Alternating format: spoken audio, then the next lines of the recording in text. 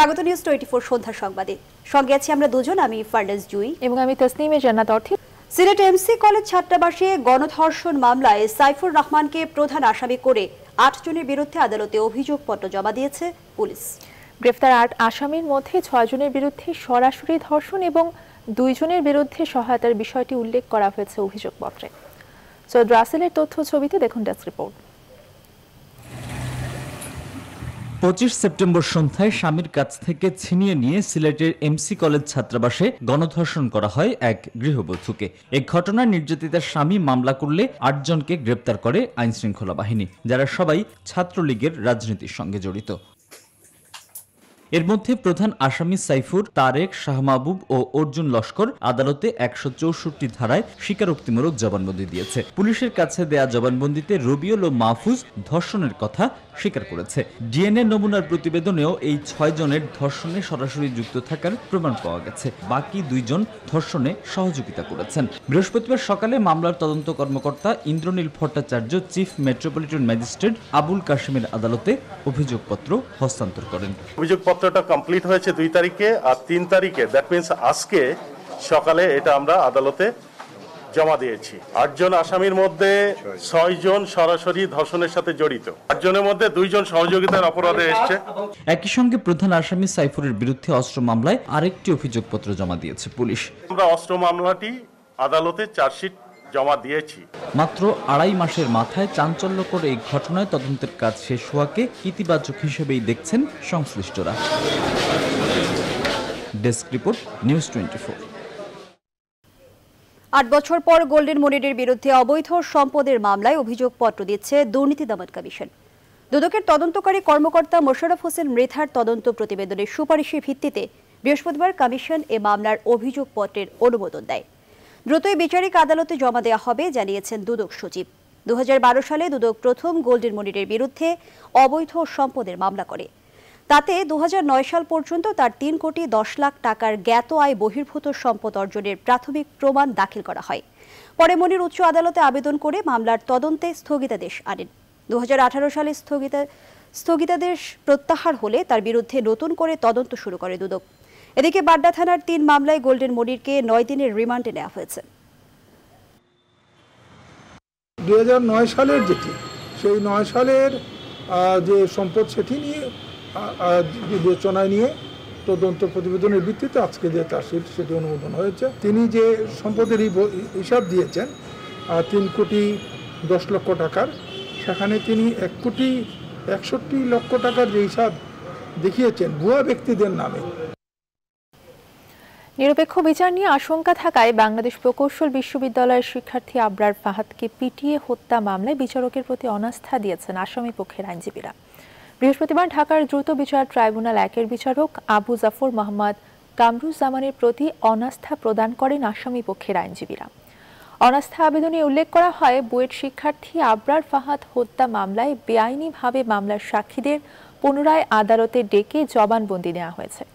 এতে নিরপেক্ষ বিচার নিয়ে আসামিদের ন্যায় বিচারের আশঙ্কা তৈরি হওয়ায় আদালতের প্রতি অনাস্থা দিয়েছেন কারাগারে আটক ২২ আসামির আইনজীবী।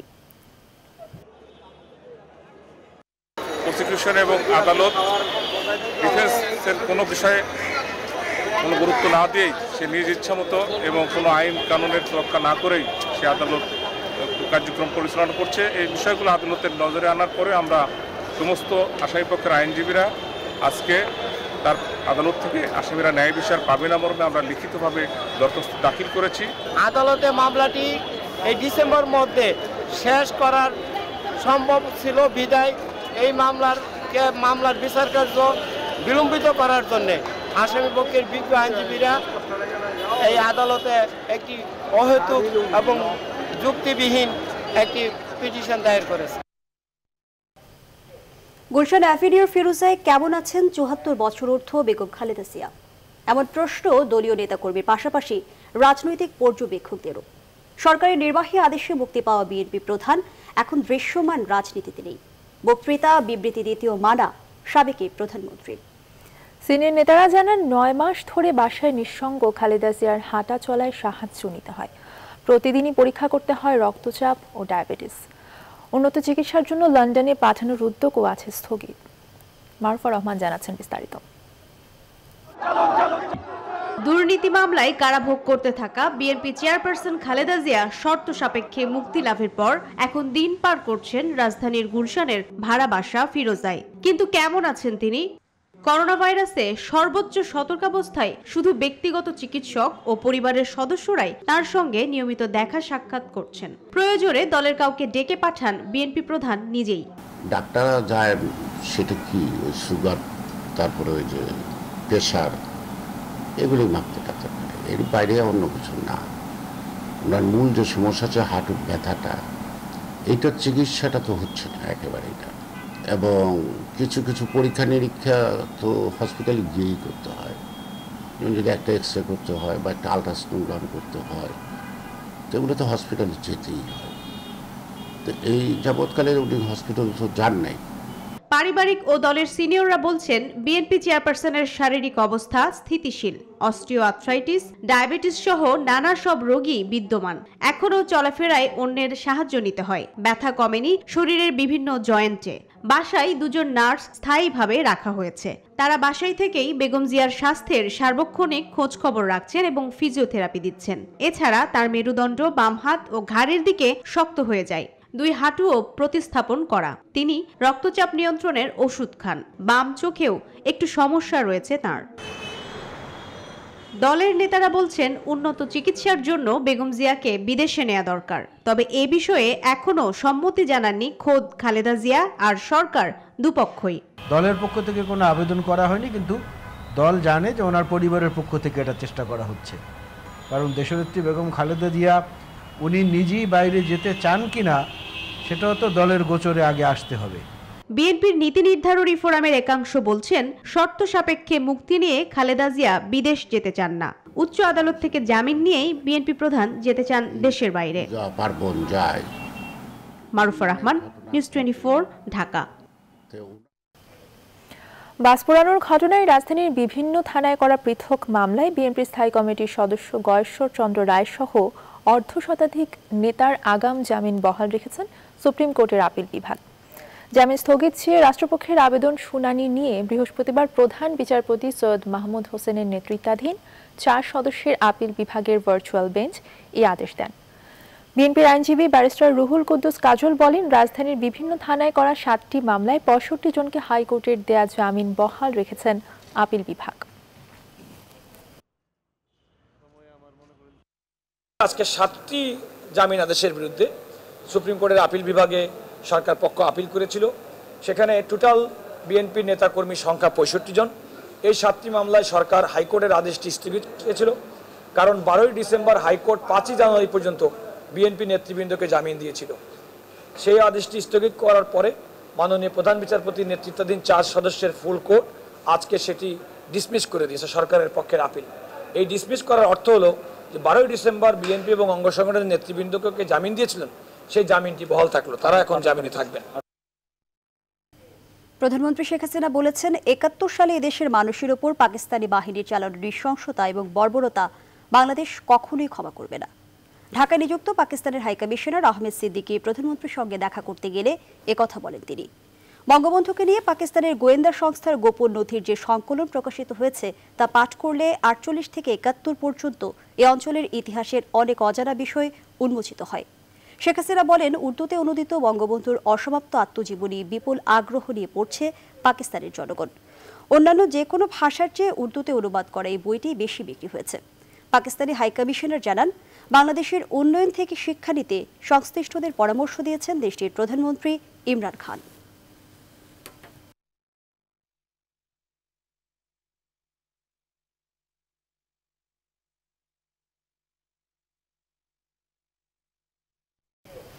এক লাখ রোহিঙ্গাকে ভাসানচরে নিয়ে যেতে সব ধরনের আয়োজন শেষ করেছে সরকার।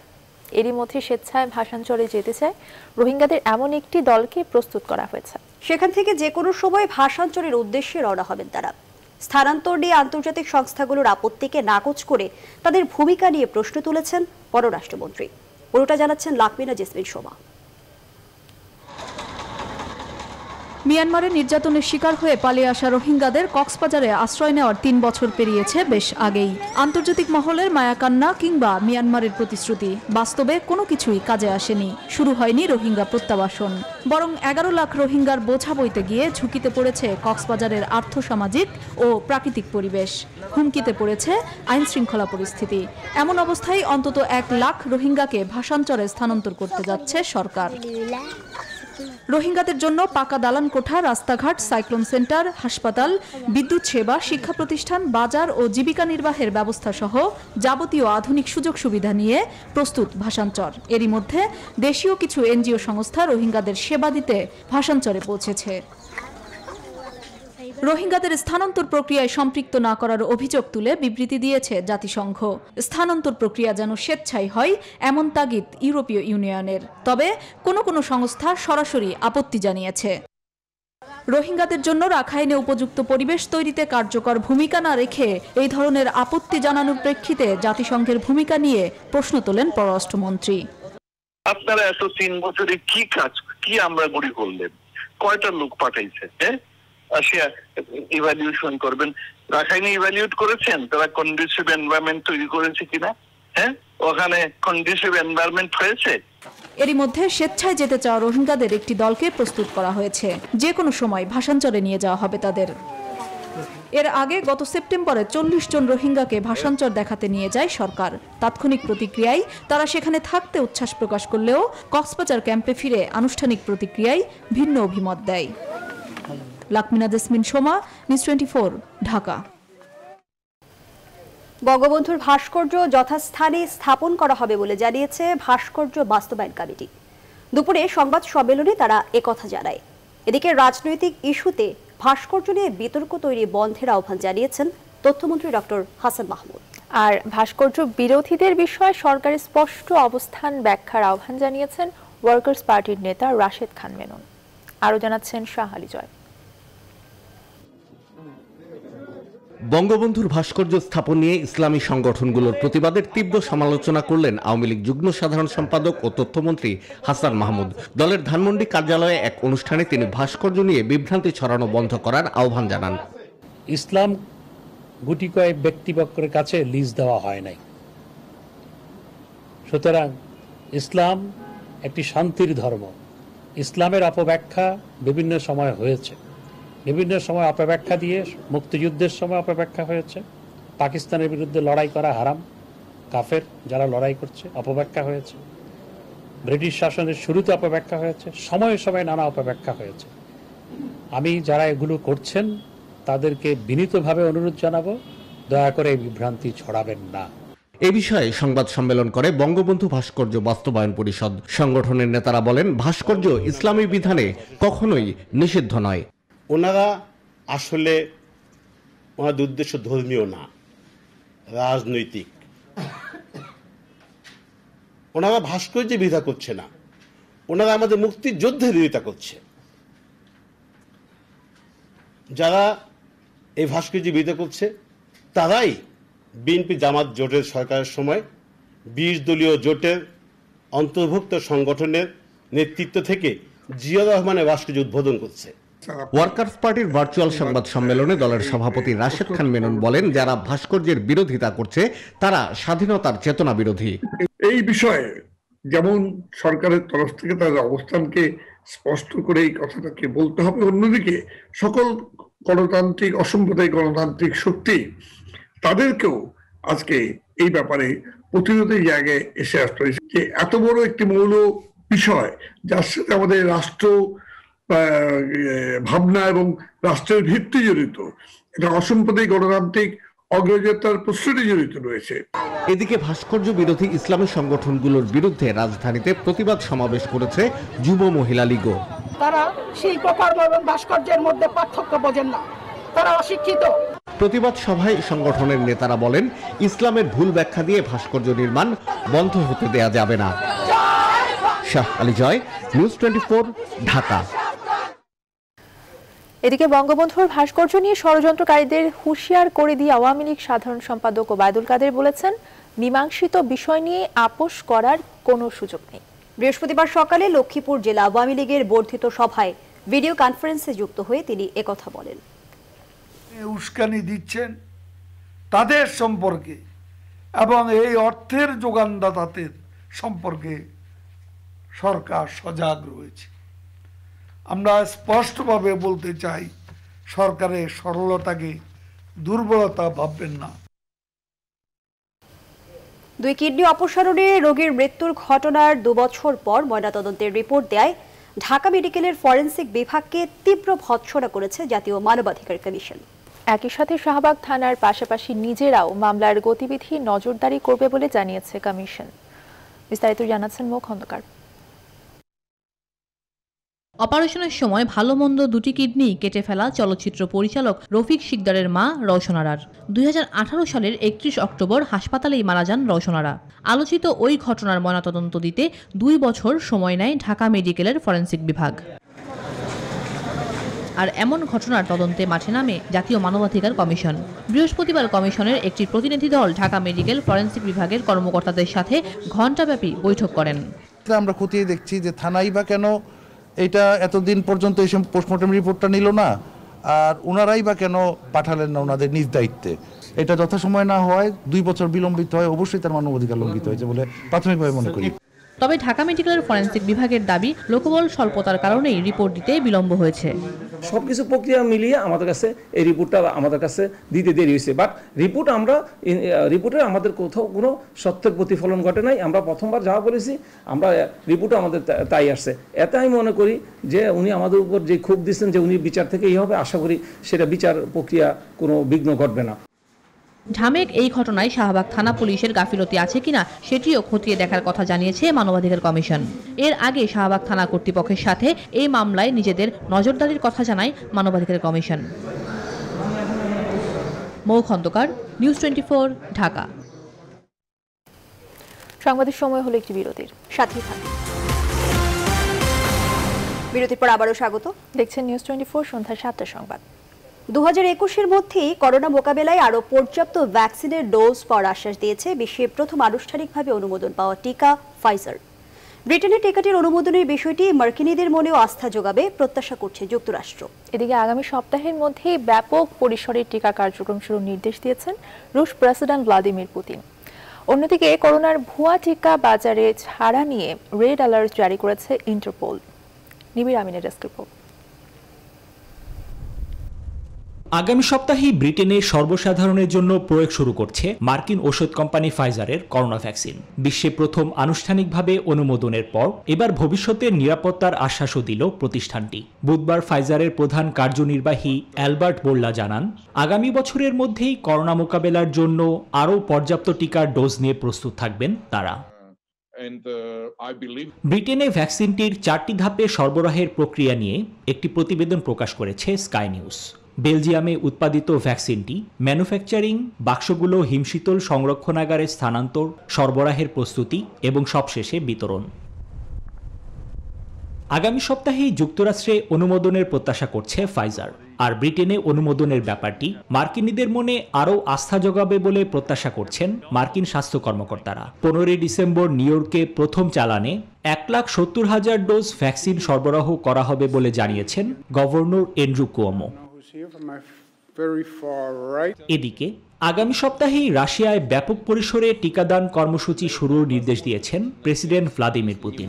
এরই মধ্যে মস্কো 1 লাখেরও বেশি মানুষকে করোনা টিকা দিয়েছে বলে জানিয়েছেন রুশ স্বাস্থ্যমন্ত্রী মিখাইল মুরাশকো। নিজ নাগরিকদের বিনামূল্যে করোনা টিকা বিতরণের জন্য বুধবার পার্লামেন্টে বিল পাশ করেছে জাপান। এরই মধ্যে চীনের 5টি করোনা ভ্যাকসিন তৃতীয় ধাপের ক্লিনিক্যাল ট্রায়াল শুরু করেছে বলে জানিয়েছেন চীনা ভাইস প্রিমিয়ার সান চুনলান। অন্যদিকে মুনাফা হাসিলের জন্য সংঘবদ্ধ অপরাধী চক্র করোনার ভুয়া টিকার বাজারে ছাড়তে পারে, এমনটাই সতর্কতা জারি করেছে ইন্টারপোল। 194টি সদস্য দেশে বৈশ্বিক সতর্কবার্তা পাঠিয়েছে সংস্থাটি। নিবিড় আমিন, নিউজ 24। এবারে দেশে করোনা পরিস্থিতি। দেশে করোনায় আরও 35 জনের মৃত্যু হয়েছে। এই পর্যন্ত প্রাণহানি 6,748 জন। 24 ঘন্টায় নমুনা পরীক্ষা 16,807টি। এর মধ্যে শনাক্ত 2,316 জন। এ পর্যন্ত মোট শনাক্ত 4,71,739 আর একদিনে সুস্থ হয়ে বাড়ি ফিরেছেন 2,593 জন। এ পর্যন্ত মোট সুস্থ 3,88,379 জন। বৃহস্পতিবার স্বাস্থ্য অধিদপ্তরের প্রেস বিজ্ঞপ্তিতে এসব তথ্য জানানো হয়।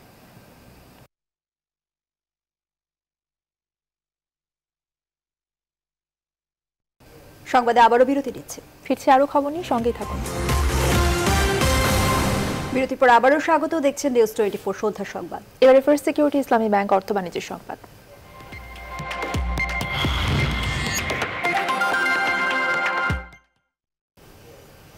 বড় ব্যবসায়ীরা ঋণ পেলেও ক্ষুদ্র এবং মাঝারিরা কেন পাচ্ছে না তা খতিয়ে দেখার তাগিদ দিয়েছেন পরিকল্পনা মন্ত্রী এম এ মান্নান।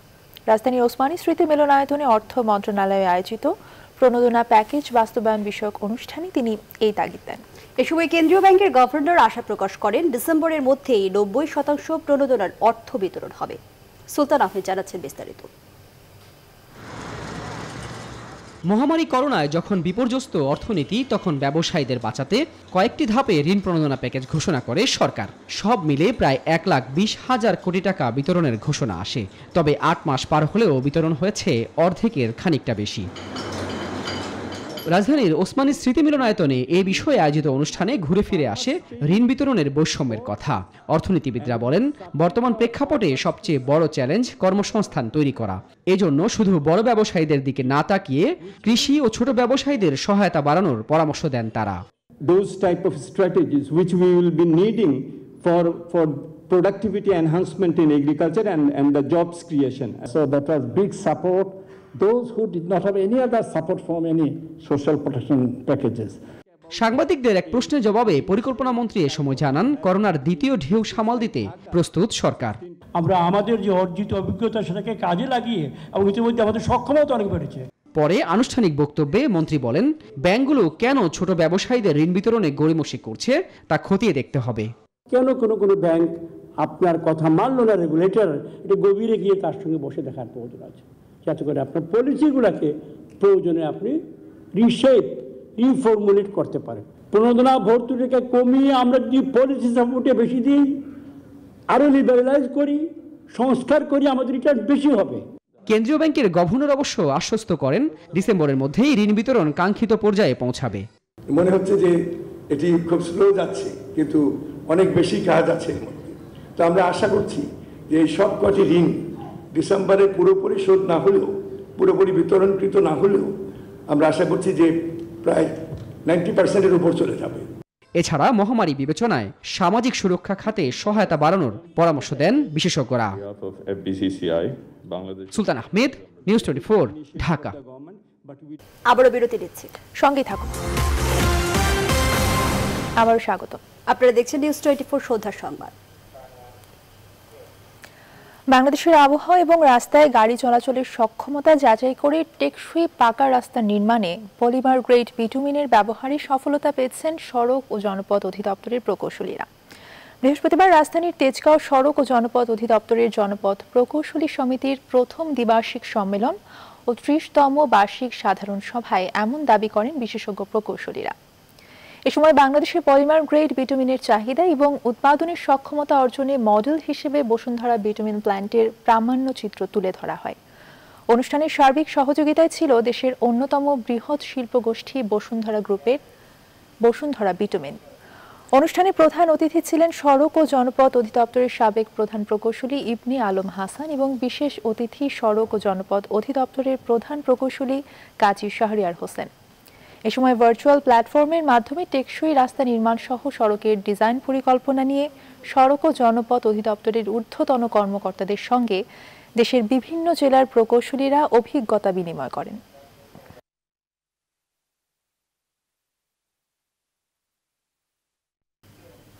এবার আন্তর্জাতিক অঙ্গনের খবর। ইরানের ওপর কোনো মার্কিন হামলা হলে পাল্টা জবাব হিসেবে বা সংযুক্ত আরব আমিরাতে হামলার হুঁশিয়ারি দিয়েছে তেহরান। সম্প্রতি যুক্তরাষ্ট্রের মধ্যস্থতায় ইসরায়েলের সঙ্গে আমিরাত সম্পর্ক স্বাভাবিক হওয়ায় হুমকি দিল রুহানি সরকার। এদিকে ইরানি পরমাণু বিজ্ঞানী হত্যায় ইসরায়েল জড়িত বলে দাবি করেছেন এক মার্কিন কর্মকর্তা। বুধবার CNN এ সংক্রান্ত এক প্রতিবেদন প্রকাশ করেছে।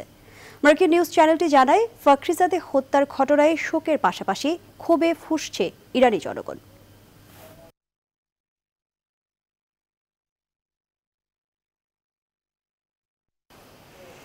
এবারে খেলার খবর। কাল বিশ্বকাপ বাছাইয়ের ফিরতি ম্যাচে কাতারের বিপক্ষে মাঠে নামবে বাংলাদেশ।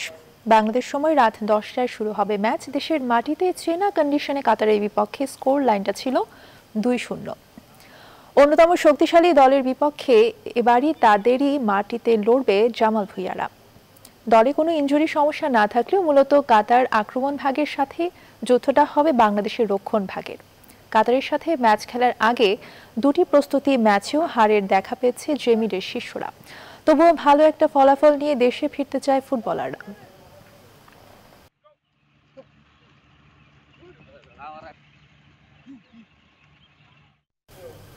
মাশরাফি বিন মুর্তজাকে দলে নিতে আগ্রহী বঙ্গবন্ধু টি-20 কাপের জায়ান্টরা। ইনজুরি থেকে সেরে ওঠা সাবেক টাইগার অধিনায়কের জন্য বিসিবির নিকট আবেদন করেছে জেমকন খুলনা। এমনটা জানিয়েছেন দলটির ম্যানেজার নাফিস ইকবাল। একই আগ্রহ প্রকাশ করেছে ফরচুন বরিশালও। আরিফুল ইসলামের রিপোর্ট। হ্যামস্ট্রিং ইনজুরি কাটিয়ে ক্রিকেটে ফেরার অপেক্ষায় মাশরাফি। সে অপেক্ষার অবসান হতে পারে বঙ্গবন্ধু টি-20 কাপ দিয়ে। উকি দিয়েছে সম্ভাবনা সাবেক টাইগার কাপ্তানকে স্কোয়াডে নিতে আগ্রহী দলগুলো। আগ্রহ প্রকাশ করেছে জেমকন খুলনা। সেই ইচ্ছার কথা বিসিবির নিকট জানিয়েছে টেবিলে 3 নম্বরে থাকা দলটি। খুলনা ছাড়াও মাশরাফির ব্যাপারে আগ্রহী ফরচুন বরিশাল। যখন প্র্যাকটিস করছে বা মাশরাফি যখন করছে তখন আমরা নিজেদের থেকে আমরা এই অ্যাপ্রোচটা নিয়েছি যে আমরা মাশরাফির প্রতি ইন্টারেস্টেড। 5টা দলই চলে তাকে আমরা নিতে পারবো। আমরা জানতে পেরেছি যে মাশরাফি ফিট হয়েছে এবং গত পরশুদিন বরিশালের পক্ষ থেকে অলরেডি আমরা একটা অ্যাপ্লিকেশন করেছি তাকে চেয়ে। তবে মাঠের লড়াইয়ে ফেরার আগে মাশরাফিকে ফিরে পেতে হবে ম্যাচ ফিটনেস। বিসিবি এবং মাশরাফির আলোচনার উপর নির্ভর করছে খেলার বিষয়টি। ফ্র্যাঞ্চাইজির কল না, এটা সম্পূর্ণ ফার্স্ট অফ অল মাশরাফির কল যে ও কখন খেলতে চায়। ঠিক আছে, so if he feels comfortable, ও যদি দেখে যে না he is fit to play, so definitely বোর্ডকে জানাবে and then board will take the certain decision. একাধিক দল একই সাথে আগ্রহ প্রকাশ করায় হতে পারে লটারি, জানিয়েছে বিসিবি সূত্র। টুর্নামেন্টের নিয়ম অনুযায়ী স্কোয়াডের কোনো ক্রিকেটারের ইনজুরির কারণে বদলি খেলোয়াড় নেওয়ার সুযোগ পাবে দলগুলো। তবে মাশরাফির ক্ষেত্রে ব্যতিক্রম রেখেছে বিসিবি। ইনজুরির সমস্যা না থাকলে এই পেসারকে দলে নেওয়া যাবে। 17 জনের স্কোয়াড গড়েও আইনি জটিলতায় পড়তে হবে না। আরিফুল ইসলাম, নিউজ 24। দর্শক, এই ছিল সন্ধ্যার সংবাদ আয়োজনে। এতক্ষণ সঙ্গে থাকার জন্য ধন্যবাদ সবাইকে।